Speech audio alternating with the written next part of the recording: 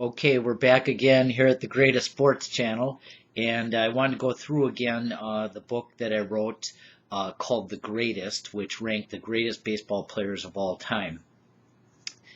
The way this was done was I invented the absolute adjusted slugging percentage ratio, and it took the um, slugging percentage plus walks and stolen bases and divided it by the um, average slugging percentage in the years that they played. So you came up with a ratio, and it eliminates the problem of the dead ball era and steroids and the raised mound of the 1960s. This takes all of that out and just you're able to determine who the best players were on a relative basis in their era. So I've ranked the greatest players of all time. I did take into account longevity. Players that had a longer career uh, were skewed towards the top of the list. If you played 15 or more years, your ratio was increased by 5%. If they played 20 or more years, it was increased by another 5%. And I also took into account fielding. And if you were better than 10% better than the average fielder in your era, I raised your entire ratio another 5%. And if it was less than, I think 95%, your entire ratio was reduced by 5%. So bad fielders were, um, um, that was taken into account as well. So the best player of all time is Babe Ruth. He revolutionized the game. He was a fantastic pitcher in around 1915. He was one of the best pitchers in the game. And then around 1918, he got in a dispute with the owner of Boston. He did not want to pitch anymore. He only wanted to hit. So that's what led to the trade in 1919, and he was moved to the outfield, and that's what revolutionized the game. He hit 29 home runs that year, which was the most ever in baseball. And then the following year, I believe he hit about 54 home runs. And then the baseball forever was changed, and that's what brought a lot of the fans into the park, the building of all of the stadiums, and really put baseball on the map. So Babe Ruth was the greatest player of all time by far. He averaged 33 doubles a year based on a 162 game season. If you played the entire year, that's how all of the numbers I prorated so that all the numbers would make sense. He averaged 46 home runs a year for his entire career, assuming he would play an entire 162 game season every year. He had 144 RBIs, 133 walks, hit 342, on base percentage 474, and slugging of 690. He actually did miss pretty many games throughout his career. In 1925, he was very sick. He almost died, and got suspended, and a lot of this was due to alcohol. He would get in trouble for various reasons, and he would have had even more home runs. Barry Bonds was the second best player of all time. Again, this is on a relative basis, so you can skip this whole argument about steroids or whatever. On a relative basis, he is the second best player of all time. He averaged 41 home runs, 108 RBIs, 28 stolen bases a year, 139 walks, hit 298 lifetime, 444 on base, and a 607 slugging. Ted Williams is the third best player of all time. Some would argue that he's better than Barry Bonds. Ted Williams was a poor fielder, and Barry Bonds was a great fielder. So that is what the difference was. Also, Barry Bonds was able to steal bases and played 3 more years. Ted Williams was out due to the war. But Ted Williams, third best player, very close to Barry Bonds. 37 doubles a year, 37 homers, 130 ribbies, 143 walks, which is amazing, 344 batting average, 482 on-base percentage, which is the best of any player of all time. Half of the time he was on base. And again, he missed those key years during the war. Willie Mays is the 4th best player of all time, played 22 years, was the first player ever in 1961 to be given a $100,000 a year contract. In the 60s, he really separated himself from Aaron as being a better player than him. Also, he did play in New York, so the money was there. But he's the 4th best player. Had 12 gold gloves. Bonds had 8 gold gloves, by the way. Mays, 28 doubles, 8 triples a year. Amazing. 36 homers, 103 RBIs, 18 stolen bases, 79 walks, 302 lifetime, 384 on base, and 557 slugging. Now, he played in a very difficult era of the 1960s. The mound was raised for 5 years, and the strike zone was expanded. So players that performed well in the 60s, he was dominant in the 1960s. So that really separated him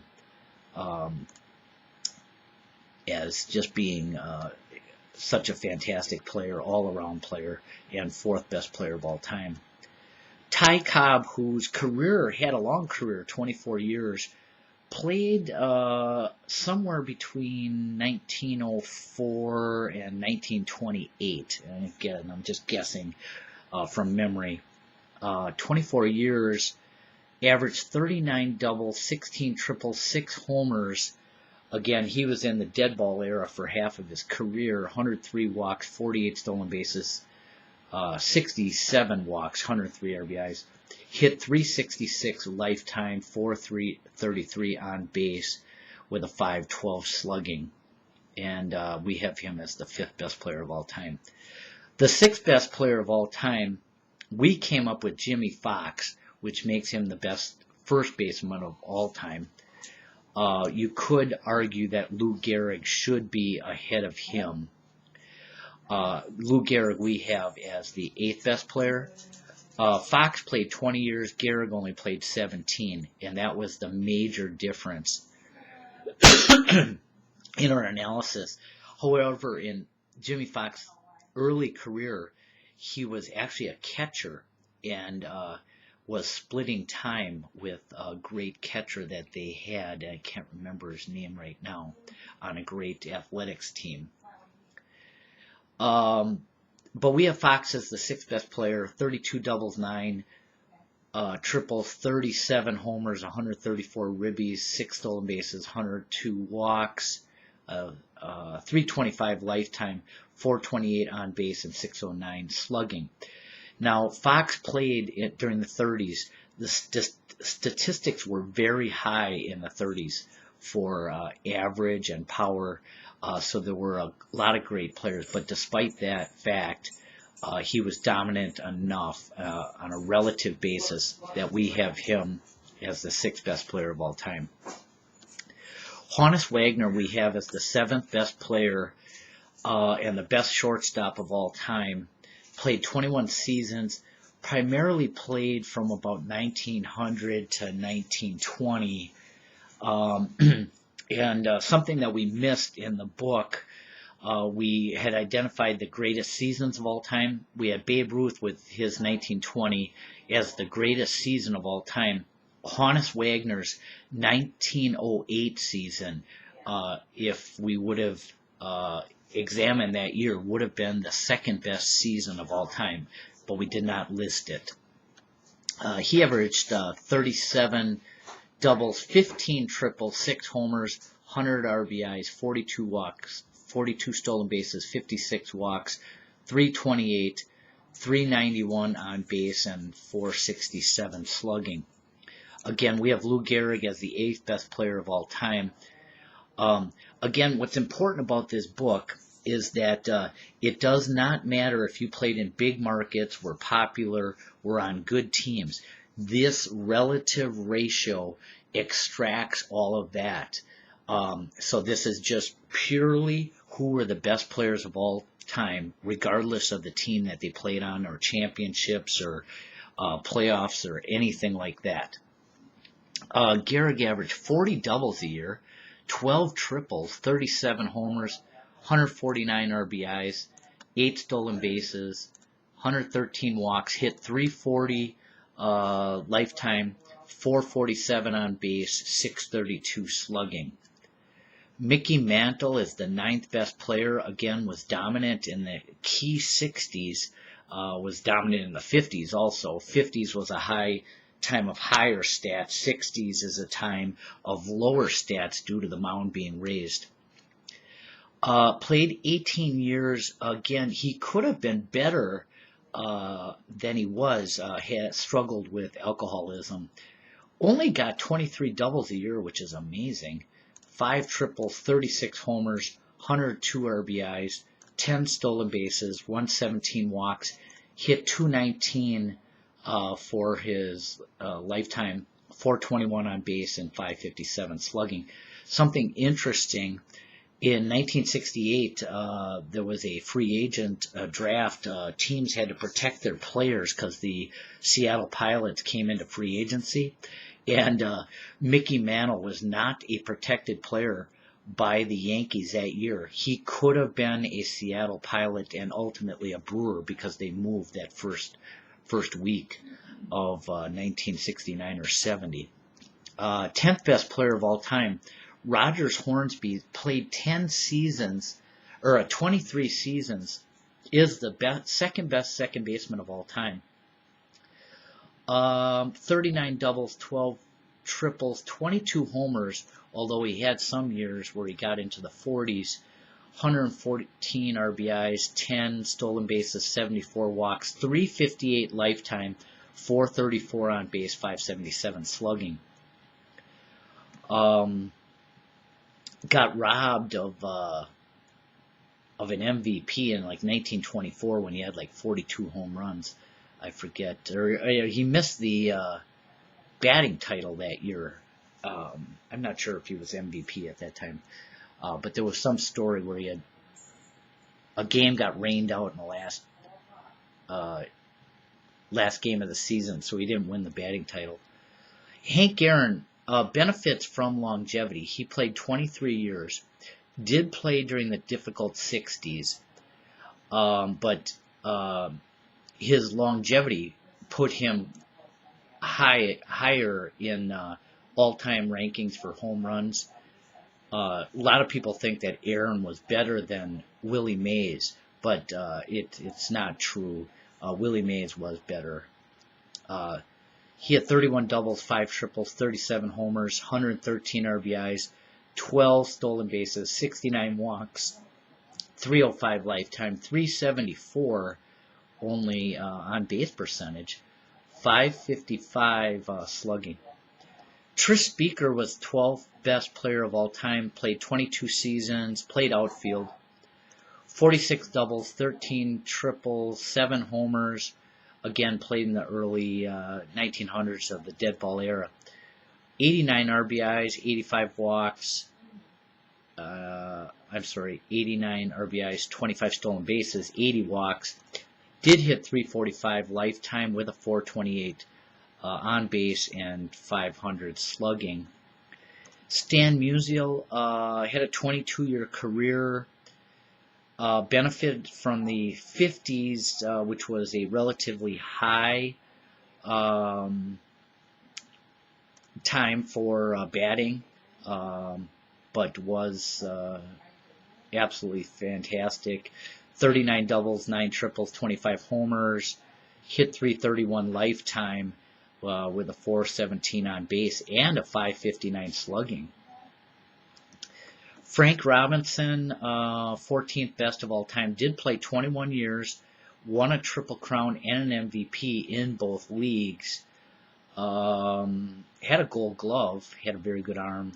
30 doubles, 34 homers a year, 12 stolen bases, 82 walks, hit .294. Again, played during those difficult 60s and into the 70s. 389 on base, 537 slugging. Mike Schmidt, 14th best player of all time. Here's a guy that really benefited from power hitting in this relative ratio. Played 18 seasons, had 10 Gold Gloves, so that moves him up as well in the rankings. 27 doubles, averaged 37 home runs a year, 102 walks a year, 12 stolen bases. Only hit .267, but had an on-base percentage of .380 and a slugging of .527. Nap Lajoie is the best second baseman of all time. Played in the early 1900s. Played 21 seasons, averaged 43 doubles, 11 triples, 104 RBIs, only 34 walks a year, which really hurts him in our analysis, but did have 25 stolen bases a year. Hit .338 lifetime, .380 on base, .466 slugging. Billy Hamilton is a 16th best player of all time. Had the all-time stolen base record prior to Rickey Henderson. Was pre-1900. And a lot of people don't like to include the players from 1870 to 1900 because the rules were just being developed. The leagues were, I have included them because there's a lot of interesting players. He only played 14 years, 25 doubles, 10 triples, only 4 home runs a year, 75 ribbies. Where he really benefits on our ranking system is the 93 stolen bases per year, which is really amazing. Rickey Henderson only averaged about 57 a year, I believe, 59, and 121 walks, plus he hit .344. 455 lifetime on base percentage with a .432 slugging. So we have him as a 16th best player of all time. Only played 14 years and was pre-1900. So this is somewhat of a controversial selection. I've seen people have him as low as 50 or even 100 on the all-time list. Shoeless Joe Jackson, another one, only played 13 years. Could have been one of the greatest players of all time in history, but was banned from baseball in 1919. 37 homers, 20 triples a year, really amazing. Played in the dead ball era, 7 homers a year, 25 stolen bases, only 63 walks. Did hit .356 lifetime with a .423 on base and a .517 slugging. Mel Ott is 18th, again played in the big hitting area of the 30s. Played 22 years, so he benefits with a long career. 29 doubles, 30 homers, 110 ribbies, 101 walks, hit .304 lifetime with a .414 on base and .533 slugging. Ed Delahanty, we have as the 19th best player of all time.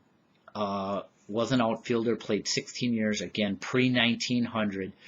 46 doubles, 16 triples, 40 stolen bases a year, only 65 walks, .346 batting average, .411 on base with a .505 slugging. Here's another controversial pick. Richie Allen, we have as the 20th best player. He is not in the Hall of Fame. Neither is Shoeless Joe Jackson or Barry Bonds. But Richie Allen is... we have, if you include him as a third baseman, the second best third baseman of all time, also did play first base. Played in the difficult 60s and 70s, only 15 years. Had immaturity problems, somewhat of an alcoholic.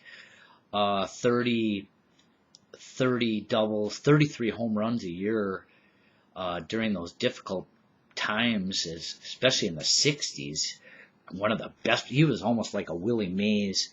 83 walks, 12 stolen bases, 292 batting average, 378 on base with a 534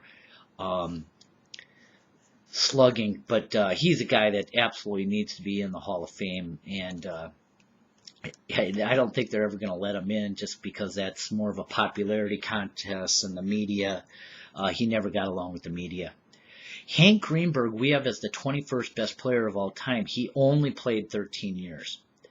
Again, in the big hitting 1930s, 44 doubles, 38 homers, 148 ribbies, 99 walks, and hit 313 lifetime with a 412 on base, 605 slugging.